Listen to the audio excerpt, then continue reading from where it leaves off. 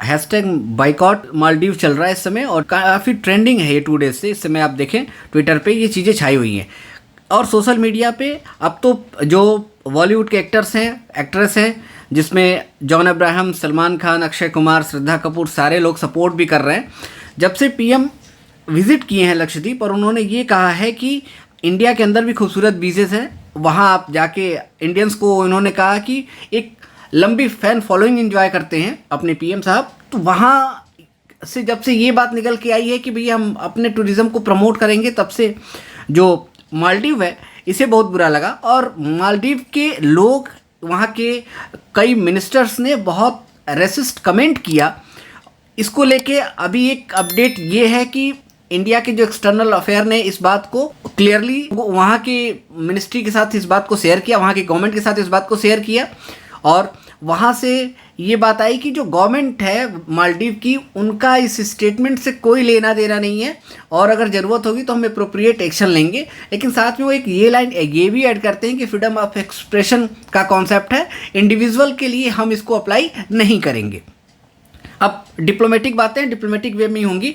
India का diplomatic move आपने देखा कि हम मालदीव जब से मोइजू बने थे मालदीव के प्रेसिडेंट, तब से ये कंसर्न चल रहा था कि India Maldives pro China activity कर रहा था और इंडिया के अगेंस्ट में, क्योंकि ये आए भी थे इसी इलेक्शन में कि बाइकॉट इंडिया।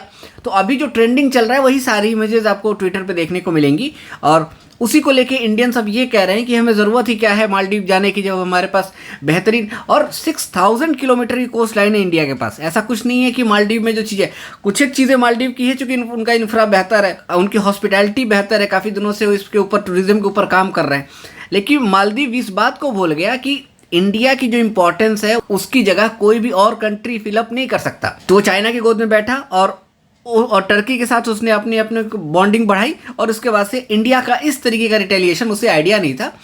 तो देखते हैं कि सारी कंट्रोवर्सी क्या है। आगे बढ़ने से पहले देखिए, जो मालदीव है वो पूरी तरीके से टूरिज्म के ऊपर डिपेंड, हैवली उसकी जो इकॉनमी है वो टूरिज्म के ऊपर डिपेंड करती है और वही वो मेजर सोर्स है जहाँ से फॉरेन एक्सचेंज अर्निंग होती है और गवर्नमेंट का जो रेवेन्यू यहाँ से आता है। साउथ एशिया के अंदर जो मालदीव है वो प्राइम डेस्टिनेशन माना जाता है टूरिज्म का। रीज़न, जो इसके बीचेस हैं, जो लग्जरी स्टाइल्स है, जो डिलीशियस सी फूड है, ये तीनों चीज़ें इंपॉर्टेंट रोल प्ले करती हैं। और इसमें इंडिया का अगर रोल आप देखें तो ये काफ़ी ज़्यादा बढ़ जाता है। अराउंड 20% जो इनका रेवेन्यू है टूरिज़्म से आता है, उसमें 20% इंडिया के थ्रू इंडियंस जाते हैं, वो वहाँ से ये चीज़ें आती हैं और ये सेकंड पोजीशन रखता है पूरे मार्केट शेयर का। ये रिसेंट डेटा है 2023 का। अभी हम देखें, थोड़ा सा इसको बैकएंड से देख लें। 18 के अंदर इंडिया की जो 5th लार्जेस्ट सोर्स था टूरिज्म के थ्रू मालदीव के अंदर।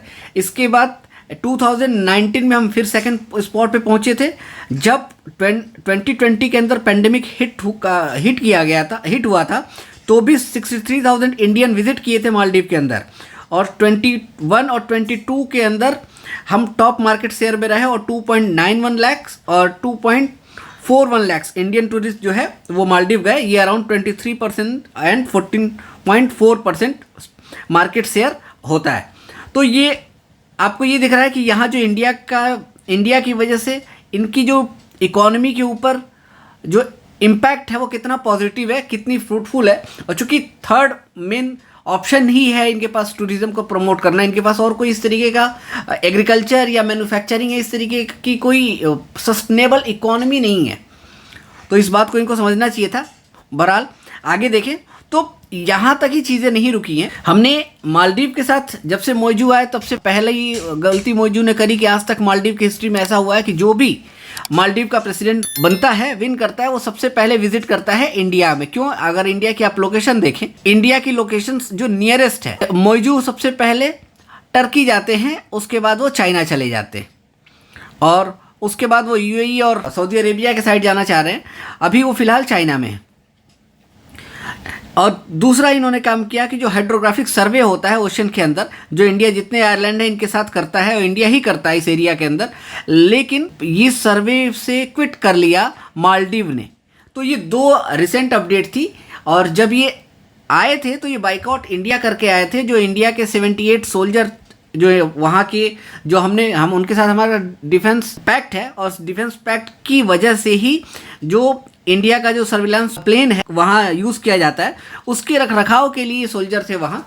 तो इन्होंने इनको रिटर्न करने की बात कह दी, पहले से ही इस बात को लेकर कह रहे थे, रिटर्न करने के लिए कह दिया, और उन्होंने कहा कि हमारी सोवरेनिटी जो है वो कंप्रोमाइज़ होती है, दिस इज़ द रीज़न।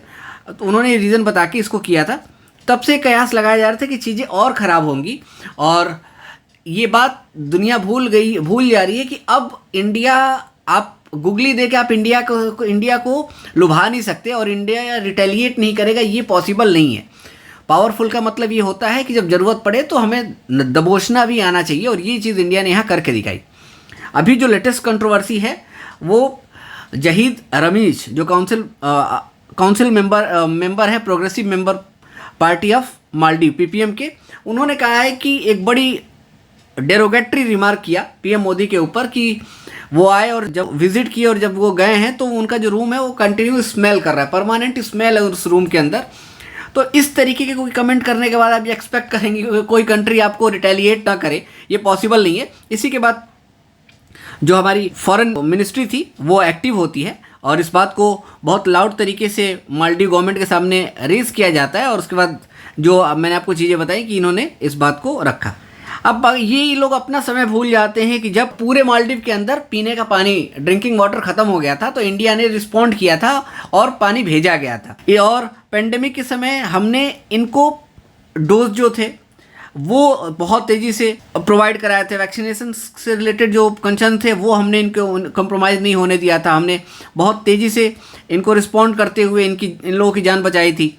और मालदीव के यूथ जो हैं, बहुत ढेर सारे यूथ जो हैं वो इंडिया यूनिवर्सिटीज़ के अंदर हायर एजुकेशन लेने आते हैं। तो एक ये भी चैलेंज है। 39 2021 24 में थे, और 23 में 34+ हुए। तो कई तरीके का रिश्ता है, और इन सारी चीज़ों के ऊपर एक कंप्रिहेंसिव जो है वो चेंजेस होंगे, नज़र बनाए रखिए। और ये कंफर्म है कि जब भी नेशनल इंटरेस्ट से रिलेटेड कोई बात आएगी तो अब इंडिया, चाहे जस्टिन ट्रूडो का भी आप स्टेटमेंट देखिए तो उन्होंने भी कहा था कि खालिस्तान समर्थकों से ऊपर उनका भाई फ्रीडम ऑफ स्पीच का लॉजिक उन्होंने भी दिया था, और सेम लॉजिक इन्होंने भी बात कही है। खैर, जस्टिन ट्रूडो को तो घुटनों पे ला दिया था इंडिया ने, ये बहुत दिन टिकने वाले नहीं है, बहुत छोटी कंट्री है। लेकिन इस कंट्रोवर्सी के बाद एक चीज़ ज़रूर दिखी है कि अब इंडिया एक प्रोग्रेसिव और एक पावरफुल कंट्री की तरह पूरे कॉन्टिनेंट में नहीं, ऑल ओवर द वर्ल्ड आपको देखने को मिलेगा। और एक क्लियर लाउड साउंड जा रहा है कि मल्टीपोलर वर्ल्ड का जो कॉन्सेप्ट है उसमें इंडिया भी एक मेन पोजीशन होल्ड करने की पावर रखता है। इंडिया ने इससे कई तरीके के मैसेज दिए हैं, क्योंकि नेबर्स को भी इंडिया को सही करना था तो एक इनडायरेक्ट मैसेज दिया गया। जो वर्ल्ड ऑर्डर की जो कंट्री हैं जो इसके पीछे बैकएंड पे अपना गेम खेल रही हैं, उनको भी इंडिया को एक मैसेज देना था, स्ट्रॉन्ग मैसेज देना था। तो इंडिया ने नेपाल के समय से कोई एक्टिविटी नहीं करी थी, लेकिन मालदीव के समय हमने इस चीज़ को किया। आगे जुड़े रहिए, पढ़ते रहिए। नेक्स्ट वीडियो में हम आपको और भी डिस्कस करेंगे क्या चीज़ें आई हैं, और नेपाल और मालदीव के जो रिलेशंस हैं वो किस तरीके से अलग अलग एंगल पे चलते हैं। Thank you so much, God bless you all.